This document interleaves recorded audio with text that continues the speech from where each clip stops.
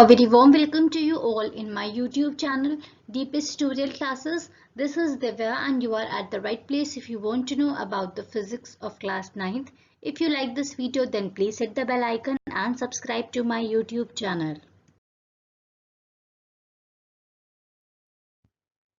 Class 9th में हम लोगों ने अभी तक दो चैप्टर्स कवर किए हैं. जो हमारा पहला चैप्टर था that was motion and the second chapter was force and laws of motion. Hope so आपको दोनों ही चैप्टर्स बहुत अच्छे से क्लियर हो गए होंगे और आपको इनसे रिलेटेड कोई भी डाउट्स नहीं होगा. अगर आपको डाउट्स है तो आप मुझे कमेंट बॉक्स में कमेंट करके अपने डाउट्स क्लियर आउट कर सकते हैं. आज से हम चैप्टर नंबर 3 क्लास 9th का स्टार्ट करते हैं दैट इज ग्रेविटेशन. ग्रेविटेशन से रिलेटेड जितने भी हमारे इंपॉर्टेंट टॉपिक्स हैं सारे ही टॉपिक्स इस चैप्टर में कवर किए जाएंगे और प्रॉपर नोट्स आपको प्रोवाइड कराए जाएंगे. चलिए स्टार्ट करते हैं with the next chapter that is gravitation. Gravitation chapter start करने से पहले मैं आपको कुछ टॉपिक्स की एक ओवरव्यू दे देती हूँ कि बेसिकली हमें ग्रेविटेशन चैप्टर के बारे में क्या क्या स्टडी करना है. जो हमारा ग्रेविटेशन चैप्टर है इसको हम दो पार्ट्स में स्टडी करेंगे. पहला जो हमारा पार्ट है वो हमारा ग्रेविटेशन है, तो इसमें पार्ट में हम ग्रेविटेशन से रिलेटेड कुछ टॉपिक्स कवर करेंगे. और जो हमारा नेक्स्ट पार्ट है दैट इज फ्लोटेशन, इसी चैप्टर में उसको भी हम स्टडी करेंगे. एज अ नया कोर्स भी बना सकते हैं उसका, फ्लोटेशन का. तो बेसिकली ये दोनों ही टॉपिक्स हमारे इस चैप्टर में कवर किए जाएंगे. तो ग्रेविटेशन में सबसे पहले हम ग्रेविटेशन के बारे में जानेंगे कि बेसिकली ग्रेविटेशन होता क्या है.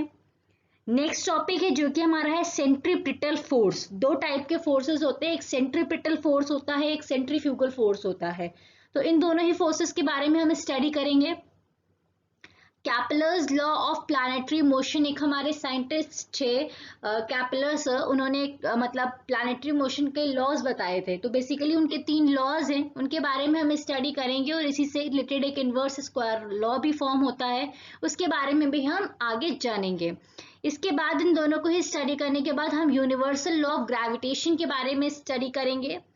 फ्री फॉल के बारे में जानेंगे कि जो हमारा जनरल फॉल होता है और फ्री फॉल होता है, बेसिकली इन दोनों में क्या क्या डिफरेंसेस होते हैं इनके बारे में हम जानेंगे. मास और वेट दोनों क्या क्या होते हैं, उनके क्या क्या डिफरेंसेस होते हैं, कैसे हम किसी चीज का मास और किसी चीज का वेट को डिफरेंशिएट कर सकते हैं, इसके बारे में स्टडी करेंगे. वेटलेसनेस क्या होता है, कोई बॉडी हमारी वेटलेसनेस की कंडीशन में कब आती है, कैसे आती है, क्या होता है, इसके बारे में हम स्टडी करेंगे. और इसके बाद हमारे आते हैं important part that is numericals. इन जितने भी टॉपिक्स हैं सबसे रिलेटेड जिस टॉपिक पे भी न्यूमेरिकल्स की इंपॉर्टेंस होगी, जिसमें न्यूमेरिकल्स हैं बेसिकली, तो उन सब के बारे में हम न्यूमेरिकल्स भी साइड बाय साइड में डिस्कस करते रहेंगे. तो बेसिकली ये हमारे ग्रेविटेशन के कुछ टॉपिक्स हैं जो कि हम इस चैप्टर में कवर आउट करेंगे. तो चलिए स्टार्ट करते हैं with the topic introduction on gravity. Gravity basically होता क्या है. ग्रेविटी जैसे हम कह सकते हैं कि जैसे कोई अर्थ, हमारी अर्थ है और हम ह्यूमन बीइंग्स, प्लांट्स, जितने भी चीजें हैं वो अर्थ पे नॉर्मली वॉक क्यों कर सकते हैं, क्योंकि अर्थ जो है एक फोर्स लगाती है, एक फोर्स एक्सर्ट करती है. हम नॉर्मल जितने भी हमारे ह्यूमन बीइंग्स हो गए, जितने भी थिंग्स हमारे अर्थ पे प्रेजेंट हैं, उन सब के ऊपर एक फोर्स एक्सर्ट करती है.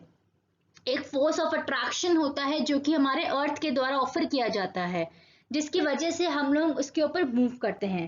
तो ये हमारा फोर्स बेसिकली क्या होता है, ग्रेविटी होता है.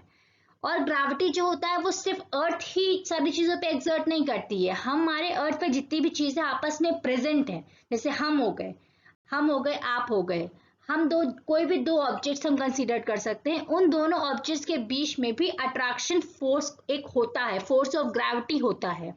अब ये चीज इंपॉर्टेंट है जानना कि फोर्स ऑफ ग्रेविटी जो होता है वो बेसिकली मास पे डिपेंड करता है. अगर मास ज्यादा होगा तो वो उसका ग्रेविटेशनल फोर्स भी ज्यादा होगा, और अगर मास कम होगा तो उसका ग्रेविटेशनल फोर्स भी बहुत कम होगा. इसलिए जितने भी हमारे ऑब्जेक्ट्स आपस में प्रेजेंट हैं उन सबके ऊपर सबका अपना अपना मास होता है. तो ऑब्वियस सी बात है सबके बीच में अपना अपना ग्रेविटेशनल फोर्स भी होगा, पर वो ग्रेविटेशनल फोर्स हमें इतना ज्यादा पता नहीं चलता है क्योंकि जो हमारा मास है वो कम है. और अगर हम अर्थ को कंसीडर करें अपने मास से, तो उसे कंपैरिजन में जो अर्थ हमारा है उसका मास बहुत बहुत बहुत ज्यादा है. इस वजह से वो जितनी भी चीजें अपनी तरफ अट्रैक्ट करता है वो हमें दिखती हैं. अब हम ह्यूमन बींग्स हैं, आसमान में तो नहीं उड़ते हैं ना, ऑब्वियस बात है जमीन पे चलते हैं. जमीन पे कोई भी चीज अगर हम ऊपर थ्रो करते हैं तो आपको पता है एक टाइम के बाद सर्टेन हाइट पे पहुंचने के बाद वो आपस अपने आप नीचे आ जाती है। वो नीचे क्यों आती है? क्यों? क्योंकि ग्रेविटी जो एक फोर्स है जो कि अर्थ एक्सर्ट करती है उस ऑब्जेक्ट के ऊपर, तो उस फोर्स की वजह से वो चीजें ultimately end of the day वो नीचे आ ही जाती है। ठीक है, तो यही हमारा बेसिकली होता है। छोटा सा मैंने इंट्रो दिया आपको ग्रेविटी के बारे में, आपको क्लियर हो गया होगा। अब इसमें स्टडी करते हैं। The force of gravity is the force of attraction between all the objects in the universe. हमारे यूनिवर्स में जितने भी ऑब्जेक्ट्स प्रेजेंट हैं सबके बीच में जो आपस में फोर्स लगता है, फोर्स ऑफ अट्रैक्शन लगता है, इसी को हम फोर्स ऑफ ग्रेविटी कहते हैं। Force of attraction offered by the earth on the objects which lie on the surface of the earth. Earth के सरफेस पे जितने भी हमारे ऑब्जेक्ट्स प्रेजेंट हैं उन सबके ऊपर एक फोर्स ऑफ अट्रैक्शन लगता है जो कि अर्थ के द्वारा लगता है। ठीक है, हमारा फोर्स ऑफ ग्रेविटी जो क्या होता है, किसके इक्वल होता है? फोर्स ऑफ अट्रैक्शन के। मतलब जितना अट्रैक्शन फोर्स है वही क्या है? फोर्स ऑफ ग्रेविटी है। तो हम ग्रेविटेशनल फोर्स क्या कह सकते हैं? The force of attraction between any two objects in the universe is called as a gravitational और ग्रेविटेशनल फोर्स। तो कंक्लूजन ये निकल के आता है कि ग्रेविटेशनल फोर्स वो फोर्स होता है जो हमारे यूनिवर्स में कोई भी दो पार्टिकल्स, कोई भी दो ऑब्जेक्ट्स हैं, उन दोनों के बीच में आपस में जो फोर्स ऑफ अट्रैक्शन होता है उसी को हम क्या कहते हैं? ग्रेविटेशनल फोर्स कहते हैं। अब वो दो फोर्सेस, दो जो ऑब्जेक्ट्स हैं हमारे, वो हम और आप भी हो सकते हैं और हमारा और अर्थ का कंपैरिजन भी हो सकता है। तो किसी भी दो ऑब्जेक्ट्स के, किसी भी दो पार्टिकल्स के बीच में जो फोर्स ऑफ अट्रैक्शन होता है उसे हम क्या कहते हैं? ग्रेविटेशनल फोर्स कहते हैं। अब अर्थ का मास बहुत ज्यादा है इसलिए जो वो ग्रेविटेशनल फोर्स एक्सर्ट करती है वो हमें भाई दिखाई देता है, और हमारे और आपके बीच में जो मास है वो इतना ज्यादा नहीं है, इस वजह से जो फोर्स ऑफ अट्रैक्शन होता है वो हमें इतना ज्यादा नोटिसेबल नहीं होता है। तो ये हमारा हो गया ग्रेविटेशनल फोर्स के बारे में। अब हमने एक तरह से ग्रेविटी के इंट्रोडक्शन के बारे में थोड़ा सा स्टडी कर लिया। अब हम आगे जानेंगे सेंट्रीपिटल फोर्स क्या होता है। मैंने आपको बताया था दो फोर्सेस होते हैं, एक सेंट्रीपिटल फोर्स होता है और एक सेंट्रीफ्यूगल फोर्स होता है। तो सेंट्रीपिटल फोर्स को स्टडी करने से पहले मैं आपको general day to day life के कुछ दो एग्जांपल्स शेयर करना चाहती हूँ आपके साथ। तो सबसे पहला है, आप लोगों ने, जैसे मैंने अभी आपको बताया कि जितने भी ऑब्जेक्ट्स हमारे प्रेजेंट हैं, तो ऑब्वियस बात है, मैंने बताया कि कोई ऑब्जेक्ट जैसे हम थ्रो करते, कोई स्टोन लिया हमने, उसको ऊपर से थ्रो किया। थ्रो करने के बाद एक टाइम आता है, एक टाइम के बाद वो ऑब्जेक्ट नीचे आ जाता है क्योंकि अर्थ एक ग्रेविटेशनल फोर्स एक्सर्ट कर रही है, इस वजह से वो ऑब्जेक्ट नीचे आ जाता है। तो आपके माइंड में एक क्वेश्चन आना चाहिए कि मैम मून भी तो है, मून भी तो सन के अराउंड मूव करता रहता है, वो नीचे क्यों नहीं आता ग्रेविटेशनल फोर्स की वजह से? अब अर्थ है, ऑब्वियस ही बात है, सब चीजों पर ग्रेविटेशनल फोर्स लगाता है, तो ये प्लैनेट्स है, ये जो मून है, ये जो अर्थ के अराउंड मूव कर रहे हैं, ये इनके ऊपर ग्रेविटेशनल फोर्स भी तो लगता है, तो ये आके नीचे क्यों नहीं गिरते हैं? तो उसका भी एक बहुत बड़ा रीजन होता है। इसको बताने के बाद आपको वो रीजन क्लियर आउट हो जाएगा कि वो क्यों नहीं गिरता है। अब एक एग्जाम्पल छोटा सा लेते हैं कि हमने सपोज एक क्लिफ सपोज कर लीजिए, एक टावर सपोज कर लीजिए, या बिल्डिंग सपोज कर लीजिए, या अपने घर की छत ही सपोज कर लीजिए, कुछ भी सपोज कर लीजिए। ठीक है, आप वहां पे स्टैंड कर रहे हैं, सपोज ये आप खड़े हुए हैं। ठीक है, यहाँ से आप कोई बॉल या कोई स्टोन कुछ भी थ्रो करते हैं। बचपन में ये चीज देखा होगा, घर के आसपास जैसे नदी वगैरह होती है, स्टोन थ्रो करने की कोशिश करते हैं। अगर उस स्टोन को हम कम वेलोसिटी से थ्रो करते हैं, तो देखिए हमने कम वेलोसिटी से थ्रो किया तो एक पॉइंट के बाद ये आके नीचे गिर जाएगी। ठीक, यहां तक तो ये मूव करी क्योंकि वेलोसिटी जितनी तक वेलोसिटी उसने गेन करी, हमने कम वेलोसिटी लगाई पर कुछ वेलोसिटी लगाई, कुछ मूवमेंट हुआ उसमें। तो मूव करने के बाद एक सर्टेन टाइम तक पहुंची और उसके बाद नीचे आके गिर गई। ये नीचे आके क्यों गिरी? क्यों? क्योंकि इसमें ग्रेविटेशनल फोर्स लग रहा था। और ये नीचे इस सरफेस तक आके यहाँ पे रुक क्यों गई? क्योंकि हमारा न्यूटन का, जैसे न्यूटन का फर्स्ट लॉ क्या कहता है कि अगर कोई ऑब्जेक्ट मोशन में तो वो मोशन में ही रहना चाहता है जब तक कोई एक्सटर्नल फोर्स उस पर ना लगाया जाए। तो यहाँ पे जो ग्राउंड है वो एक तरह से एक्सटर्नल फोर्स ही तो एक्ट करेगा, क्योंकि एक तरह से हिंड्रेंस प्रोवाइड कर रहा उस बॉल को या उस स्टोन को, तब वो वहां पे आके रुक गया। अगर ये यहाँ पे ग्राउंड ना होती तो ये इस तरह से मूव करती रहती, गिरती रहती है, पता नहीं कहाँ तक चली जाती है। ठीक है, तो एक तरह से यहाँ पे न्यूटन का फर्स्ट लॉ फॉलो करके हमारा अप्लाई हो गया कि हमारा न्यूटन का फर्स्ट लॉ ये कहता है कि जब तक कोई एक्सटर्नल फोर्स अप्लाई नहीं किया जाएगा तो बॉडी हमारी मोशन में ही रहेगी। तो यहाँ पे ग्राउंड ने एक तरह से इसको एक्सटर्नल फोर्स अप्लाई किया, इस वजह से ये इसका मोशन स्टॉप हो गया। और स्टॉप इसलिए भी हो गया, न्यूटन का थर्ड लॉ जैसा हमारा कहता है कि कोई भी बॉडी अगर किसी पे फोर्स लगा रही है तो उसका अपना एक अपोजिट रिएक्शन फोर्स होता है। तो बॉडी यहाँ पे आई, इसने भी एक अपोजिट फोर्स लगाया और या एक जगह पे आके रुक गई। तो ये तो हमारा हो गया जब लेस वेलोसिटी से मूव किया बॉल को हमने। अब जब ज्यादा वेलोसिटी लगाया तो ये कुछ देर तक कुछ डिस्टेंस ट्रेवल करेगी, उसके बाद ये फिर आके गिर जाएगी, पर इससे ज्यादा इसने मूव किया। और अगर हमने बहुत ज्यादा वेलोसिटी लगाया तो बहुत दूर तक ये जाएगा यहाँ पे, उसके कुछ टाइम के बाद आके ये नीचे गिर जाएगा। तो इससे अब ये समझ में आता है कि जैसे हम यहाँ पे देखते हैं कि ये हमारा अर्थ है, ठीक है, ये हमारा मून है, ये एक ऑर्बिट है जिसके अलोंग ये मूव कर रहा है, ठीक है। ये हमारा है कि pull of the moon and the earth on each other. अब जैसे ये मून है, हम सपोज करते हैं अर्थ है ये, ठीक है, इसके ऊपर कोई पर्सन जैसे खड़ा है, या हम कुछ प्लैनेट का सपोज कर लें या मून का सपोज कर लें, तो ऑब्वियस ही बात है ये कांस्टेंट वेलोसिटी से मूव कर रहा है। इसकी वेलोसिटी कोई छोटी मोटी वेलोसिटी तो है नहीं, बहुत ही हाई वेलोसिटी से ये मूव कर रहा है। जब ये मूव कर रहा है तो ये देखिए आप, ये यहाँ पे मूव कर रहा है, ठीक है, यहाँ मूव करते करते यहाँ पे आएगा, पर ये इसका जो मेन, जैसे मैंने आपको अभी एग्जांपल बताया, तो इसके थ्रू तो ये मून जो है वो कुछ वेलोसिटी, सर्टेन वेलोसिटी, जैसे मैंने आपको बताया था, ये मूव कर रहा है, यहाँ मूव करता रहेगा। पर अब बॉल है, ठीक है, एक टाइम के बाद उसकी वेलोसिटी कुछ कम होगी, कम होगी, कम होते होते बिल्कुल एंड अप हो जाएगी और वो नीचे गिर जाएगा। पर मून के साथ तो ऐसा नहीं होता, वो तो कांस्टेंट वेलोसिटी से मूव कर रहा है। तो कांस्टेंट वेलोसिटी से मूव करने का मतलब वो कंटिन्यूअसली उसी स्पीड से मूव करता रहेगा। अब जब ये उसी स्पीड से मूव कर रहा है तो मूव कर रहा है तो इसको समझ में आ रहा है कि हाँ ये मूव कर रहा है, पर ये मूव करते करते यहाँ नीचे क्यों नहीं गिर रहा है। जैसे ये यहाँ पे है, path the moon would naturally takes, naturally जो है वो एक तरह से, जैसे यहाँ पे ये मूव कर रहा था और कुछ टाइम के बाद आके यहाँ गिर गया, उसी तरीके से मून भी यहाँ पे आ रहा है, कुछ टाइम के बाद आके इसको यहाँ पे गिर जाना चाहिए, पर ये गिरता नहीं है।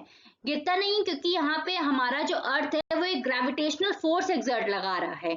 यहाँ पे बेसिकली हमारे दो फोर्सेस एक्ट करते हैं, एक हमारा होता है ग्रेविटेशनल फोर्स और एक हमारा होता है centripetal force. Pull of gravity that changes the path of the moon, यहाँ पे ग्रेविटेशनल फोर्स एक्ट कर रहा है जो अर्थ लगा रहा है मून के ऊपर, इस वजह से यहाँ पे फॉल नहीं करता है, ये इसकी तरफ अट्रैक्ट होने की कोशिश करता है। और एक सेंट्रीपिटल फोर्स भी है जो कि एक्ट करता है, जो बेसिकली फोर्स वो होता है जो सेंटर के टुवर्ड्स एक्ट करता है, इस वजह से ये हमारा सर्कुलर इसी तरह से कांस्टेंट वेलोसिटी में मूव करता रहता है। और ये मूव इसीलिए कर रहा है क्योंकि वेलोसिटी कांस्टेंट है, कांस्टेंट वेलोसिटी से मूव कर रहा है। और जो मून, अगर आपसे कोई पूछे कि मून अर्थ की तरफ गिरता क्यों नहीं, क्योंकि वो पहली चीज है कि कांस्टेंट वेलोसिटी से मूव कर रहा है और उस पर दो फोर्सेस एक्ट करते हैं, ग्रेविटेशनल फोर्स एक्ट करता है और एक सेंट्रीपिटल फोर्स एक्ट करता है, जिसकी वजह से वो अपने ऑर्बिट में कॉन्टिन्यूअसली मूव करते रहते हैं और वो फॉल नहीं करता है क्योंकि उसकी वेलोसिटी सही रहती है, सेम रहती है। अगर वेलोसिटी चेंज, जैसे यहाँ पे इसकी वेलोसिटी चेंज हुई तो ये गिरने की कोशिश की, अगर इसकी वेलोसिटी चेंज हो तो वो भी किसी तरह के फॉल करने की कोशिश करेगा, बट उसकी वेलोसिटी जो होती है वो कांस्टेंट होती है, वो कॉन्टिन्यूअसली मूव करता रहता है, इस वजह से वो फॉल नहीं करता है। तो ये हमारा हो गया ये अलग। इससे रिलेटेड इसमें कुछ लिखा हुआ है, to continue this movement some another force called centripetal force is required. मैंने आपको बताया है इस मूवमेंट को कंटिन्यू करने के लिए एक और फोर्स की रिक्वायरमेंट होती है जो कि हमारा सेंट्रीपिटल फोर्स होता है। Due to this centripetal force only the object can move in the circular path, और इसी सेंट्रीपिटल फोर्स की वजह से ऑब्जेक्ट जो हमारा होता है वो एक सर्कुलर पाथ में मूव करता रहता है। ये हमारा बेसिकली वेक्टर क्वांटिटी होता है, इसका डायरेक्शन टुवर्ड द सेंटर की तरफ होता है। Moon revolve around the earth due to the force of gravity and centripetal force that holds the moon in the circular orbit. अब आपको ये आंसर क्लियर आउट हो गया होगा कि मून जो है वो हमारा अर्थ के अराउंड क्यों मूव करता रहता है। अब हम एक और एग्जाम्पल कंसीडर करते हैं, जनरल एग्जाम्पल, कि जो हमारा, हमने न्यूटन का थर्ड लॉ पढ़ा है, जैसे कि अगर किसी बॉडी पे हर बॉडी पे एक equal and opposite reaction force लगता है, ठीक है, तो एक जैसे क्वेश्चन माइंड में स्ट्राइक करता है कि एप्पल है वो ग्राउंड की तरफ खींचा चला आता है, पर ग्राउंड जो है वो एप्पल की तरफ खींची क्यों नहीं जाती है, क्योंकि दोनों को ही बीच में आपस में equal and opposite reaction force लगता है। तो जैसे एप्पल खींचा चला आ रहा है ग्राउंड की तरफ, ग्राउंड क्यों नहीं अट्रैक्ट होती है एप्पल की तरफ, तो ये बेसिकली मास के ऊपर डिपेंड करता है। न्यूटन के थर्ड लॉ के अकॉर्डिंग तो ये हो गया हमारा reaction, equal and opposite reaction. But Newton का सेकंड लॉ हमारा ये कहता है कि force is equal to mass into acceleration होता है। एक्सीलरेशन मतलब जो मूवमेंट हो रहा है बॉडी का वो हमारा किसके इनवर्सली प्रोपोर्शनल है, मास के। अगर मास बहुत ज्यादा होगा तो उसका जो एक्सीलरेशन होगा, मोर मास होगा तो उसका एक्सीलरेशन कम होगा, और अगर मास कम है तो उसका एक्सेलरेशन कैसा होगा, ज्यादा होगा। तो acceleration of the earth towards the Apple is very negligible, that is it is not noticeable. यहाँ पे हमने देखा कि ये ग्राउंड है, ये एप्पल है, ये इस पे एक फोर्स लगा रहा है, ग्राउंड एप्पल पे एक फोर्स लगा रहा है। अब एप्पल है, एप्पल का जो मास है वो बहुत कम है, तो उसका जो अट्रैक्शन होगा टुवर्ड्स द ग्राउंड वो कैसे होगा, बहुत ज्यादा होगा। इसलिए एप्पल जब फॉल करता है तो हमें दिखाई देता है, ठीक है। अब जो ग्राउंड है उसका मास बहुत ज्यादा है, उसका जो एक्सेलरेशन होगा टुवर्ड्स द एप्पल वो बहुत ही ज्यादा कम होगा, इसलिए एक तरह से वो नोटिसेबल होता है, इसलिए हमें वो चीज दिखाई नहीं पड़ती है।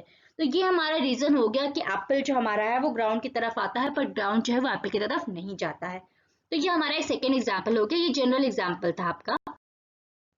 तो सेंट्रीपिटल फोर्स तो बेसिकली आपको क्लियर हो गया होगा ना, centripetal is the force that makes the body follow a circular path. Centripetal force जो होता है वो टुवर्ड्स द सेंटर की तरफ एक्ट होता है, और जो सेंट्रीफ्यूगल फोर्स होता है वो away from the centre act करता है। दोनों में बस बेसिकली यही डिफरेंस होता है।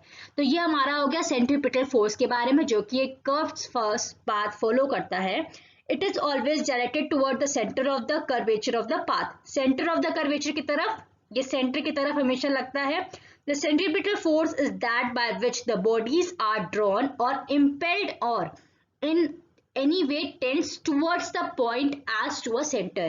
सेंट्रीपिटल फोर्स की वजह से जो बॉडी है वो सेंटर की तरफ अटैक करने की कोशिश करती है। Centripetal force work toward the centre of the path, ये हमेशा सेंटर ऑफ द पाथ की तरफ। एक छोटा सा एग्जाम्पल हम कंसीडर करते हैं, कोई एक बच्चा है, उसने एक स्टोन को एक थ्रेड से टाई कर दिया। बचपन में आप लोगों ने ये सब चीजें खेली होंगी कि जैसे आम के पेड़ से, जैसे सपोज आम वाम तोड़ने के लिए जो लंगड़ी जिसको बोलते हैं, आप लोग छोटे में देखे होंगे कि ये बनाते हैं, उसमें एक थ्रेड से स्टोन को टाई करते हैं, उसके बाद उसको गोल गोल घुमाने की कोशिश करते हैं और हल्की सी उसकी वेलोसिटी चेंज होती नहीं कि बिल्कुल स्ट्रेट जाके कहीं गिरता है जाके।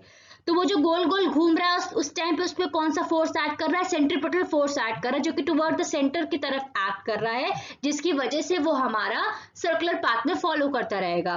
और अगर उसकी वेलोसिटी हल्की सी भी चेंज होती है तो वो स्ट्रेट कहीं जाके गिरता है। वो फोर्स जो होता है वो कौन सा फोर्स होता है, हमारा सेंट्रीफ्यूगल फोर्स होता है। तो ये एग्जाम्पल तो आपको क्लियर हो गया होगा, आपने डे टू डे लाइफ में भी इसको ऑब्जर्व किया होगा। एक बार इसको देख लेते हैं। Take a stone and tie it with the long thread. Now rotate the stone by holding the thread in a hand in a circular path। हम circular path में उसको rotate करने की कोशिश करते हैं। The stone moves in a circular path with a certain speed and changes direction at every point। उसकी speed एक मतलब सेम रहती है और उसका जो डायरेक्शन होता है वो कॉन्टिन्यूसली हमारा कैसा है, चेंज होता रहता है, ठीक है। The change in the direction involves the change in the velocity और एक्सेलरेशन। उसकी जो वेलोसिटी वो कॉन्टिन्यूसली हमारी चेंज हो रही है। Change in direction involves change in velocity और एक्सेलरेशन। डायरेक्शन के साथ साथ उसकी वेलोसिटी भी थोड़े थोड़े पॉइंट पे चेंज होती रहती है, कभी कभी बहुत धीमे मूव करते, कभी बहुत तेज मूव करने लगते हैं। The force that causes this acceleration and keeps the body moving around the circular path is acting toward the centre, this is called as centripetal force.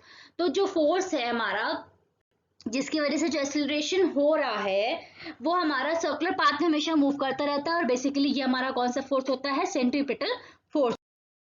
In the absence of this force, अगर हमारा ये force उस time पे act नहीं करेगा, तो जो मैंने आपको बताया कि अगर वो सेंट्रीपिटल फोर्स नहीं एक्ट करता है तो जो हमारा स्टोन है वो कहीं बहुत स्ट्रेट जाके गिरेगा। और ये किस वजह से होता है, सेंट्रीफ्यूगल फोर्स वजह से होता है, जो कि हमारा आउटवर्ड डायरेक्शन में एक्ट करता है। तो यहाँ से हमारा ये क्लियर आउट होता है कि जो हमारा सेंट्रीपिटल फोर्स होता है वो हमेशा टुवर्ड्स द सेंटर की तरफ एक्ट करता है, और जो हमारा सेंट्रीफ्यूगल फोर्स होता है वो हमारा away from the centre tangentially, जैसे सपोज ये है हमारा, हमेशा इसके टेंजेंटली, सर्किल के टेंजेंटली एक्ट करेगा।